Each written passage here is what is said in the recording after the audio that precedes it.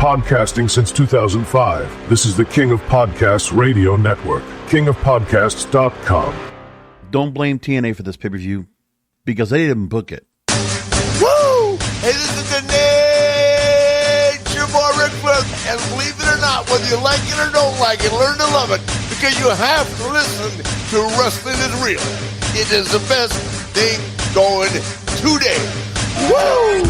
The worldwide leader of podcasting excellence. The King of Podcasts Radio Network proudly presents The Wrestling is Real podcast, because wrestling needs us. We're going to recap Bound for Glory and Crown Jewel. We'll take a little bit of time to talk about that here on this Wrestling is Real podcast, episode 965. King of Podcasts here with you. So, tonight's Bound for Glory. Listen, for those of you that have been listening to this program since 2012, you know I have a pretty good gauge of being consistent on how I look at TNA and how they've been booking themselves over the years. Okay, and remember, I still kept covering TNA pay-per-views, recapping them in the worst ends where they were on their deathbed. Okay, on Pursuit Channel, and the show still went off, and they were still going to put a show out there. Okay, I did it. I look back at all my past episodes that I've done about it, and I say to myself, okay, let me look back as far as I can. And I look back, and I look at 2014. There was neglected Bound for Glory, but again, there was a lot of issues that was going on back then.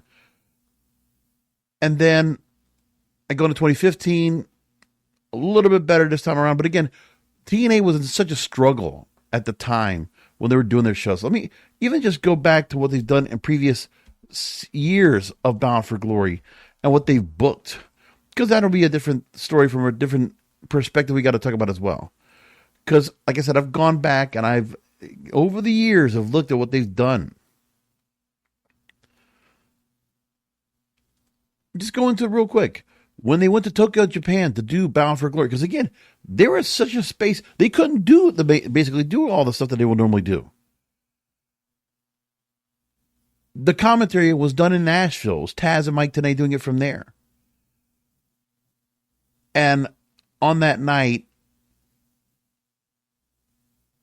you had a lot of Japanese stars working with TNA folks. Team 3D was on that pay-per-view against Abyss and Tommy Dreamer. We had Havoc and Velvet Sky for the Knockouts title 11 years ago specifically. And the Revolution with the Great Sonata and James Storm taking on the Great Muta and Tajiri in a tag team match. That was your Bound for Glory. One of the more forgetful of those shows. Don't get me wrong. The three-way dance with Samoa Joe, Kaz Hayashi, Low Key, X Division title. That was short, but it was not anything to go ahead and say it wasn't bad. Then you get a little bit more change up. They go to Concord, North Carolina, and then you have a little more. It's back to a normal style Bound for Glory. The gauntlet match, you had Tyrus winning in there. You had the Wolves against Brian Myers and Trevor Lee for the World Tag Team titles, and the Wolves win. Bobby Roode and Lashley for the King of the Mountain Championship. That was being defended back at that time. Gil Kim, Awesome Kong for the TNA Knockouts title. Matt Hardy over EC3 and Drew Galloway for a TNA World Heavyweight title 3-way match. Jeff Hardy, special guest referee. Remember that? And I'm just going through the years that we had 2016. We had,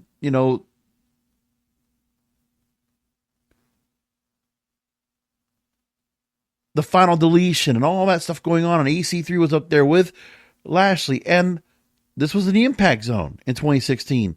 Moving along. And Billy Corgan was a part of it, remember? And within that,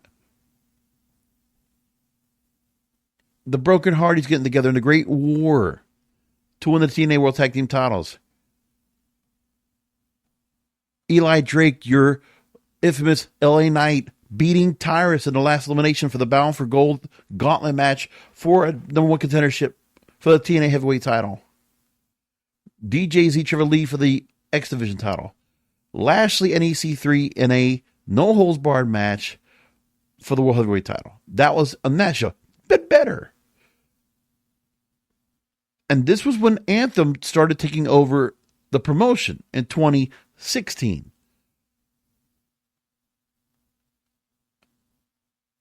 Then they go to Canada and Ottawa for the next year's Bound for Glory. And, you start seeing some of the stars that are getting in here that are, it's TNA starting to find itself again. They had some of the goofiness, Abyss and Grado in a Monsters Ball match, right? 6-way for the Impact X Division title. Trevor Lee, Desmond Xavier, Garza Jr., Matt Sydal, Petey Williams, Sanjay Dutt. 6-man tag team match in the 51-50 street fight. Ohio versus Everything versus the LAX. That was a pretty cool match. Gil Kim over Sienna. American Top Team being involved with Lashley when he took on Moose with Stephen Bonner and Eli Drake for the Global Championship, Impact Global Championship, defended on that night. And it was kind of weird that we did not have a World Heavyweight title match in that pay-per-view. One notable thing about that.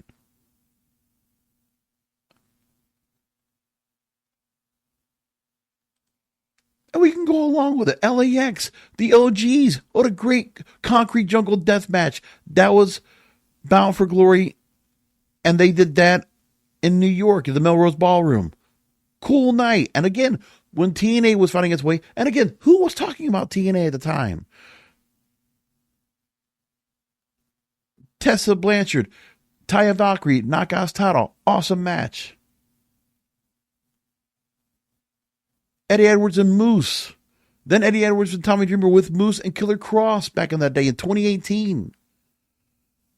And then you had Johnny Impact over Austin Aries for the Impact World title. We had pretty good stuff going on in those pay-per-views. And again, and there was a change up also when we had things going on where they were bringing more international talent coming in. They had folks from AAA and Pro Wrestling Noah coming in for the 2019 Bound for Glory. You had the Rascals out there taking on AAA stars. Eddie Edwards winning the gauntlet. Taya Valkyrie, once again, Impact Knockouts champion. The North, Rich Swann, Willie Mack, Rhino Rob Van Dam, Impact World Tag Team title. Hell of a match. Michael Elgin being part of this. Ace Austin, Jake Chris, AC Romero, Daga, Tessa Blanchard, X Division title match. Hell of a match, too. That was really fun. Moose and Ken Shamrock. Brian Cage, Sami Callihan, Impact World title. That's the TNA I remember. That was, that's after everything with Bischoff and Hogan, after Dixie Carter, after the Adrenaline Rush, the 60-minute Adrenaline Rush, and all that stuff going on. And then they went through COVID, and then we go along, and then, again, struggling because, to be able to do live shows like they were doing before. They did make the change where there was the AEW partnership.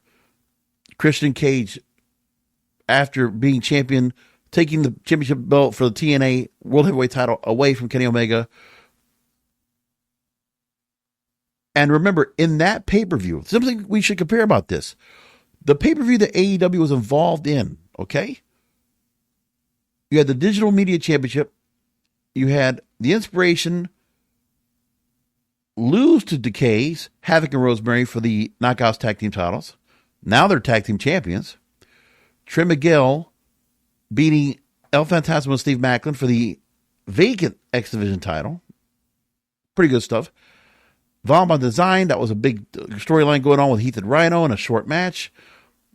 Moose wins the Call Your Shot Gauntlet. Good Brothers against Finn Juice and Bullet Club. Wow, World Tag Team titles. Impact Knockouts Championship, Mickie James and Deonna Purrazzo. And that was a hell of a match that night.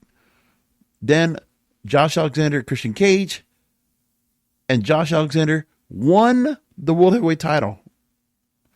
Only for Moose to take the chance at the Collier Shot Gauntlet trophy, cashed it in, and took out Josh Alexander in 7 seconds. You see some of the dynamics that we're doing here in tonight's Bound for Glory. We don't need to go any farther than that.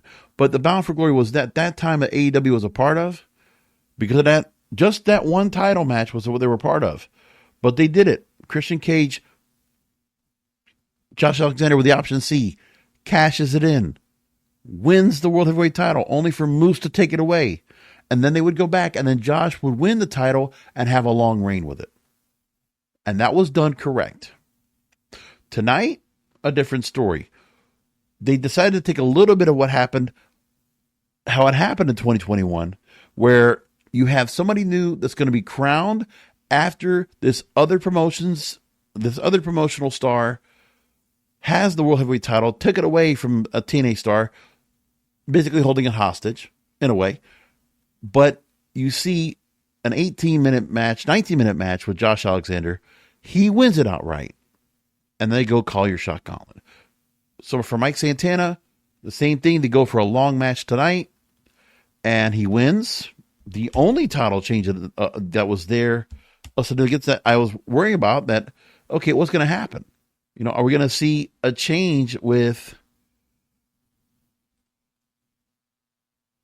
Trick Williams to Mike Santana? I didn't know. I didn't know if it was going to happen or not. But they went through the match, 16 minutes. You get it. Okay, done. And there's your winner. Now, okay, I was kind of surprised that Mike Santana was going to be given the belt. I will say that. But they did it. The match was okay. My issue with Trick Williams is that he should not be in TNA at all. This guy should already be on the main roster. He has more star power when I see him out there being brought out to the ring. Because of everybody who was getting any kind of response tonight, Trick Williams, they start hitting with that trick. And let me tell you, that crowd, compared to hearing it from NXT and 500 people in the Performance Center or wherever they are, that should be going on the main roster right now. He will be a breath of fresh air to that main roster. We should not have to see Seth Rollins versus CM Punk or Cody Rhodes or whatever else. I want to see some freshness there. And right there, that's one. The other one is Javon Evans. It's obvious. The guy is a bundle of energy. He's excitement. Promos are not going to be there yet. That's okay. But you know what? You throw him out there. If you're willing to throw Lyra Valkyria out there to do promos, then you can easily let Javon Evans go out there and do the same thing. Okay? But he will get a better response. They have already shown that putting him on SmackDown. So just do it already. Take these two, move them up. Just move them up. And Kelani Jordan, I don't understand why you decide to take the entire energy, all the air taken out of this match because you let Kelani Jordan win it at Victory Road. Why didn't you pull the trigger on the title change if you're going to do it? You don't do it at Bound for Glory? Like, why are you shortchanging Kelani Jordan? Just because, oh, you have this influence now. You got these Twitch influencers, and now people in the juvenile delusional fandom that normally would not give two shits about TNA. Tell me if they would care about TNA 5 years ago. No. Now they care because they have all these particular stars that are in this promotion right now, basically taking over hostage this whole thing and booking the show as such. Case in point with Javon Evans and Leon Slater.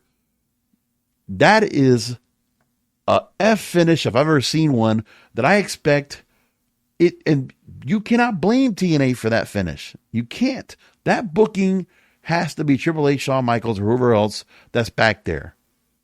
There is no reason for Darkseid to be involved. I know there's been previous involvement, but I don't give a shit. You can't tell me that at Bound for Glory, you can't give us a solid winner. You took it to a draw. Fine. Okay. And I don't even understand that because I don't remember TNA ever referring to time limits. I mean, I guess they do, but how often do we have a draw? So they do this. Santino comes out, restart, and then Darkseid. Come on. What a slap in the face. And you know, everybody on X and other places I'm looking at, People just shit over this thing, man. They did not like that at all. And I'm with them. Completely agree. And then you decide with the intergender call your shot gauntlet. You decide to go ahead and, with the fact that Kazarian and Nic Nemeth eliminated each other, we're just going to give both the chance to run with the gauntlet. They're both getting to share the trophy. That's never happened before. It's never happened before. I still remember was it Rob Terry and somebody that was in the gauntlet match and they had to do the same kind of finish, but they did give somebody the trophy, right? I don't remember that either. But either which way, they did that as per tradition, fine. And you want, as your number one contender, Kazarian and Nic Nemeth. Okay, Kaz has been there off and on 20 years. And Nic Nemeth already had a long run as champion. You're telling me you don't have not one young person right now ready to go and pull up, because they don't. Notice on this roster, there is no young talent that is strictly TNA except for Leon Slater, who came from NXT. That's it. There is nobody else. They weren't on this pay-per-view, that's for sure.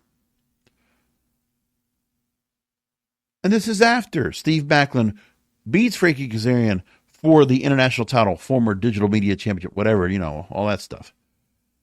And I'm like, that's just what we're going to do? That's not even any real solid booking at all. It's like, okay, you're just taking two veterans out here, and it's just the older guys that are going to be running the show. Meanwhile, we've had it where TNA was never like that. Like, obviously under Bischoff, Hogan influence.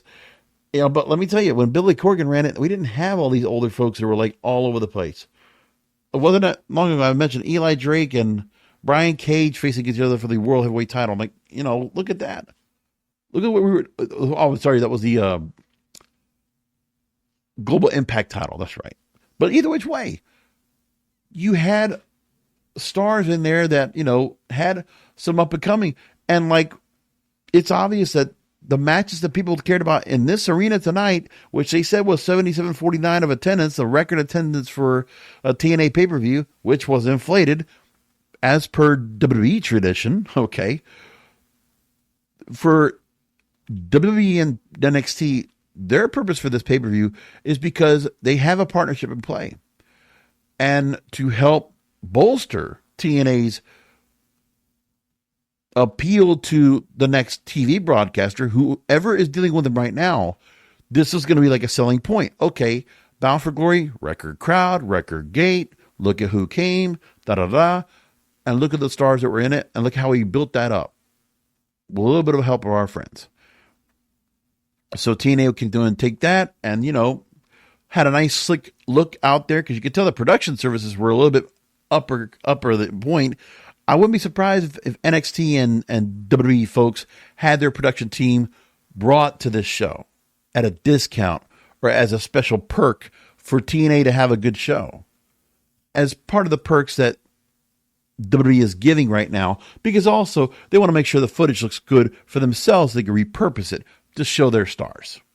Okay, they're going to show highlights on NXT of Javon Evans and Kelani Jordan and Trick Williams, because they have to go and use that in storyline. So you'll see those stars over there, okay? But then after that, they're going to not even reference Bound for Glory probably. They'll just go ahead and show their stars and what happened to them. And, the one thing I will say is that I am respecting the stars they decided to go and put in here in the roles they have as champions or as contenders, okay? Kelani Jordan, Javon Evans, Trick Williams are absolutely bona fide talents that should be able to go and move up the main roster. This is the thing I'm talking about as well. So for the guy that told me about talent development that I don't know what I'm talking about, the point is, how much more talent development do you need those stars to have right now? Move them up. Call them up already. What are you waiting for? What are you afraid of? Because the main roster right now is lacking some fresh star power. I mean, even on SmackDown this past week, they even did some changes where, okay, we brought out the MFT now. Now they're looking like, we got face paint on them. And not really commendable face paint. You're giving Bronson Reed a run beating stars. I'm like, what are you doing here? Bronson Reed's like in his late 30s right now, but he's like being booked like he's like the next young thing. Oh, what are we going to make him, world heavyweight champion or something like that? Come on. But that's another story. We'll talk about that in a moment. But either which way, it's only those matches that really we're paying attention to because, okay, some of the TNA fare that we normally would get, the international title, Tessa Blanchard, Gia Miller, because they set up that whole storyline with Gia Miller, the announcer, the backstage interviewer, finally decided to go ahead and go after Tessa Blanchard. They did that little setup, fine. Then you had the System and Order 4, Intergender Hardcore Award. That was pretty cool. Can't believe Alicia Edwards and Tasha Steelz are taking shots with barbed wire sticks and kendo sticks and taking tacks, but okay. And as for one final table, the Hardys and Team 3D, I'm not going to say much about it. Listen, these are guys at the end of their run. And the Hardys still have a little bit of juice left in them. But yeah, Bully and Devon, yeah, it's enough. It's just, there's no more time for that. And the thing is, I mean, yeah, credit to Devon and Bully Ray to get themselves back in the ring shape now. I mean, Bully Ray's still gotten out there a little bit here and there, but I haven't seen him doing a lot of wrestling lately. But, he's not going out there as much. They're just up there in age. And, to ask for like a match that was going to be like incredible, nah, what was going to happen? But they didn't go overly long. Jeff Hardy does not need to go ahead and get himself another concussion with a ladder shot because he had to go and pull the tables closer to him to make sure he could land on both tables. It didn't really help much, but people felt good about the match and the sentimental value of it and the emotion that came from it because we see the boots get taken off and the Bullies and the Dudleys are officially retiring. They did pro wrestling tradition, took off the boots, gave them to the Hardys. That's it. Off to the sunset. That's fine. And, pretty much it. This was a lackluster pay-per-view. Lackluster. For the fact you only had one match that we got, which was Mike Santana did not win at Slammiversary. So you go ahead and pull the trigger here. Okay. Because if you didn't do that and you let Trick Williams just go and take again, I mean, the thing is, how late are you going to wait for Mike Santana to go and be finally groomed as champion? You've been trying to do that for a while now. So, I mean, how much more time do you want to put him through to get to that point? And listen, the Mike Santana persona is very much on the same build as any WWE star right now today under Triple H because they don't want to go into characters. They don't want to go into gimmicks. None of that stuff. Mike Santana wants to be his own person, represented his heritage. Fine. And that's what he did. And this is the way they want to book it. And you took all this time for him to finally get to this point of this title change. Okay. You did it the right show. Good. Now, what do you do with Trick Williams? I mean, are you going to put him into a rematch of Genesis, or is that it for him? Or are they going to figure that out the aftermath of Bound for Glory coming up on Thursday night? I don't know. But either which way, still no TV deal yet. That hasn't happened for them. And as for Bound for Glory, this felt, except for a couple of matches that were probably booked with agents from TNA, the booking was managed and controlled and set by WWE. Of course it would. And you think about the fact that the way they booked the night, they just said, let's just go and put all the TNA fluff. We're going to put that at the very top of the show. So what you're really trying to tell people is, okay, that first hour, that's TNA stuff. Let them all have that. Let them have their cake. Triple H says. Shawn Michaels says. Let them have their cake. Well, the truth is, if you're doing a TNA pay-per-view, Leon Slater, Javon Evans, you start that first. Or you put the gauntlet first. But the X Division title match, you should have put that on early. But I guess with the booking, they knew it was going to piss people off. And obviously, after that bad taste in the mouth of Dark Side, you get the Hardys out there, and they're not going to go ahead and shit over that match. They're just not possible. So they had a cover for whatever type of bullshit booking they had for that particular X Division title match. They've had great X Division title matches in the past. We've had excellent X Division title matches. This was not. The ending was not. The match itself, listen, those guys can go all they want. And the truth is, if you want to give them an actual program and face each other with a storyline, I would be all into it and purely invested in it. But they're not. Because they don't want to do that. That's, maybe Tommy Dreamer would do something more with that. If he was getting able to go ahead and have the autonomy to go work with Javon Evans like he would want to. But he's not. Because that's not the way it's being set up here. So, forget about that. Fangool with that, man. Take that first hour, give TNA what they want with it. Fine, there's all the TNA bullshit. We get it out of the way. Now we put on our people the hardcore war they put into there because, oh, well, people will probably like that. For the juvenile delusional fandom that was watching tonight, and for some of my fellow podcast wrestling brethren that are actually covering the show tonight and would never give two shits about TNA, they wish the downfall of TNA years ago, like they want the downfall of Tony Khan at AEW, okay? For those of you hypocrites out there that are deciding to go and cover this show tonight, you have some nerve, okay? You have some nerve now giving a shit and getting on the fucking TNA bandwagon. How dare you decide to go ahead and just run on the coattails with Shawn Michaels and Triple H as they get on this show and they make it mid. Because they did. This was not a TNA show. Hey, I watched it. Fine. But let me tell you, this was barely better than Crown Jewel. And that's saying a lot because Crown Jewel, oh boy, man, that was just flat. Look, all due respect to John Cena, AJ Styles, they put a lot of nostalgia into it. Those guys are not going to have a bad match.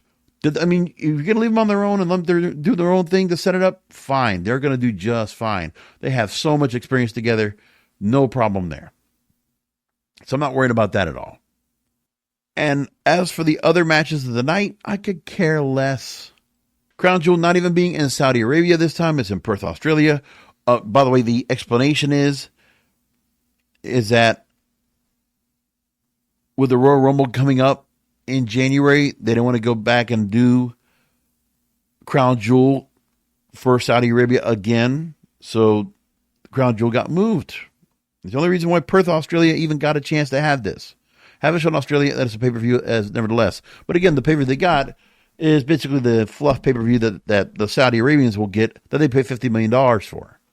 Which I'm sure that might be something that WWE probably doesn't like too much to go and say because of the fact that, well, they didn't get a chance to go ahead and run and get that $50 million bucks, right?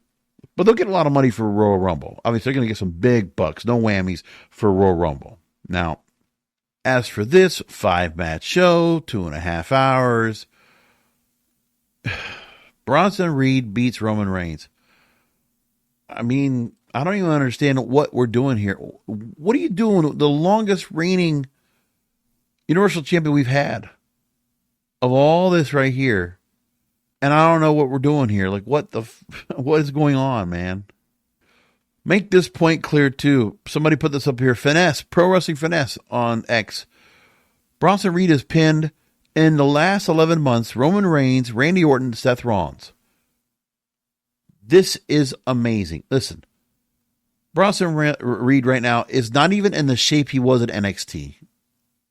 And now we're going to expect this guy to be the next coming of Bam Bam Bigelow, and he's getting wins on all the major stars. It's not getting him over at all. Bronson Reed is like Jeff Jarrett. Doesn't matter how many guitars you hit on somebody, you're not getting over. Bronson Reed is not over. He is an afterthought in that Vision faction. The future is Braun Breaker. And Seth Rollins, you know, he's just in control of the whole thing. He sucks up all the air of the whole thing, okay? Because Bronson Reed, Braun Breaker, they're just afterthoughts. When Braun Breaker does not need this faction. How many times do I have to say that over and over? But they do it anyway. And as for Roman Reigns, since 2020, only 2 stars have pinned Roman Reigns in the ring. That's Cody Rhodes and Bronson Reed. The only 2 stars have been Roman Reigns. Why is Roman Reigns getting dropped to Bronson Reed of all people? I understand Braun Breaker. I can understand maybe a few other stars. But you're telling me Roman Reigns, you have taken away all the luster, all the aura that guy had, holding on to that Universal Championship for 13 some odd days, 3.5 years, almost 4 years as champion. And you've just basically decimated that whole legacy right there. For what? I can't get it. Oh, and also very funny, ESPN, a B, had to give a little bit better grade this time for Crown Jewel. John Cena, AJ Styles got an A. Kabuki Warriors, Io Sky, Rhea Ripley with a B. Cody Rhodes, Seth Rollins with a B. Bronson Reed, Roman Reigns, a C. Tony Stratton, Stephanie Vaquer, a C-. And as for the actual grade they gave, the main summarization of it is that Crown Jewel is a show that stumbled out of the gate, according to Andreas Hale, with a relatively tame street fight and a far too brief affair between women's champions, rescued by an absolutely stellar match between Cena and Styles that put an excellent bookend to the rivalry. Rollins finally getting his comeuppance against Rhodes, a story that I did not care about by any means necessary, and the women's tag team match strong and anchored a memorable bounce back for WWE after a middling WrestlePalooza. Oh, so now they're getting better. Oh, thank you, ESPN. You know, I'm sure he probably got a talking to after all that, so he had to do something more. And what's unfortunate we haven't talked about at all that should be said is a number of things on the down low that WWE decided to go and do this weekend. NXT releases aplenty this time around once again. Wes Lee, Stevie Turner, Lance Anoa'i, Jin Tala, Draco Knox, Hayes Jamison, Summer Sorrell, Braden BJ Ray, and Jamar Hampton out. And that's not counting some of the WWE ID stars that have also been let go and WWE ID basically folding. So the next in line thing they had in there, that whole plan, I guess, that's also shot, right? Basically, the idea was that you had the NIL program that was supposed to go and bring in talent from the athletic fields, right? And ID for the independent wrestlers. And it's obvious the ID program, that's a wash 1 year later. There's a story I'm taking here from the scrap.co. They make a point over a year in the program. There has not been they've yet to establish any consistent working partnerships with independent promotions, except for GCW. So far, non-WID schools have not seen any major effects, but there's supposed to be some ongoing interest in building structured talent pipelines across different levels in the industry. Some independent promotions have been cautious about involving contracted WID talent due to the nature of exclusive agreements and past developmental restructures, such as the transition from NXT UK. So the success of this will likely depend on how effectively it can balance recruitment, collaboration, and developmental opportunities for independent wrestlers while maintaining positive relationships across the broader wrestling landscape. You know, TNA was one of those independent places where you could get a lot of independent talent that could find their way over there and become noticed. Well, now that's a block. Because you have to be in the WWE system to even get anywhere involved in TNA. And of course, you have to be in that particular promotion in some way, shape, or form developmental for 4 years, it looks like, because that's how long Leon Slater was there, or Kelani Jordan was in there, and Javon Evans has been there for like 3 years, right? It's all these stars, you know. Where are we getting with them? We're not at all. And all I'm saying is I don't see the interest here. The Netflix era continues to be about abomination, in my opinion. Somebody out there on X did answer a common, hey, give us a comment on this. Somebody asked say something positive about WWE in 2025. And this person writes, Cena winning his 17th title. Cena and Cody at SummerSlam. The TLC match at SummerSlam. All the segments with Roman, Jimmy, and Jay. Io, Bianca, Rhea. Sammy's U.S. title open challenge. AJ Lee's return. The Becky Lara feud and Evolution 2. Wow. Those are the highlights of this year in this company.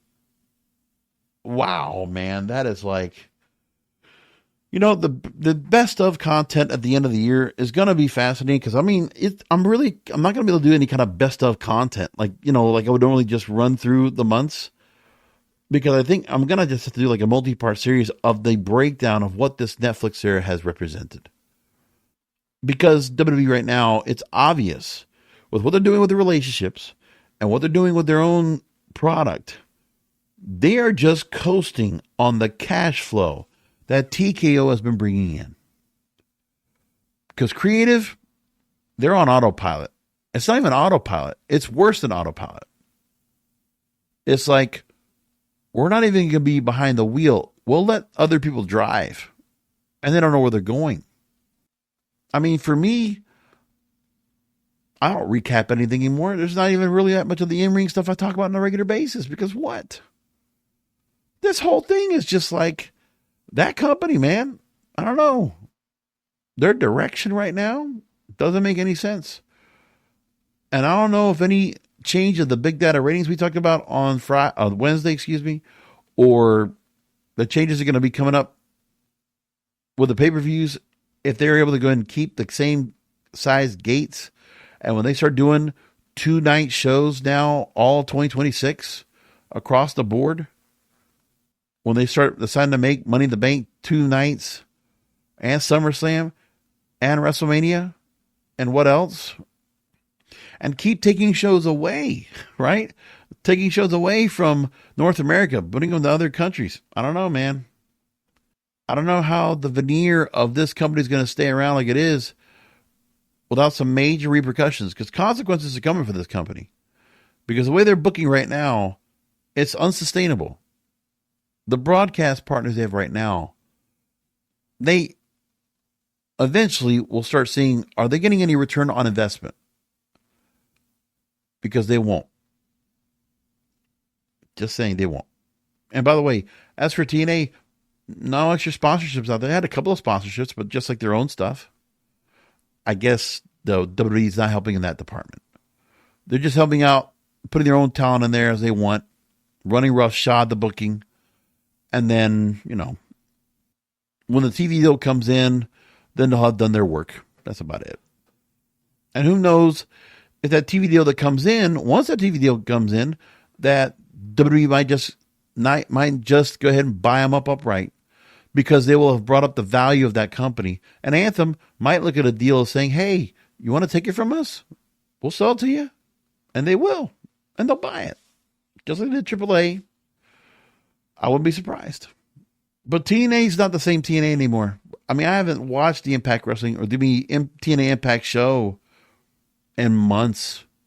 I don't think I've watched it at all this year. Maybe a little bit in 2025. But honestly, once the NXT component came in here, and I saw that partnership changing things around, and Trick Williams is winning titles, and, Andy Hartwell's a knockout champion. You see the writing on the wall. The booking completely changed. You can see it. And sure, there's other storylines that are going on that are TNA related, but you know what? It's not the major point. You have stars in TNA that have been around forever. But TNA used to always be there for the young talent, and now they're having to go ahead and prop up all this NXT talent that should not be in TNA.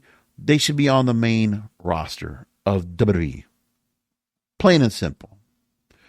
I'm not going to say anything more about it. But that's how everything looks right there for Crown Jewel and Bound for Glory. And as always, I appreciate you catching this program for TNA pay-per-views. For those of you that come back and listen to me for this on a regular basis, I am grateful to you. Thank you for finding this show every year. And every time we do TNA pay-per-views, because I'm going to keep doing it anyway, because that's what we got to do. This is the Wrestling Grill Podcast, because wrestling means us.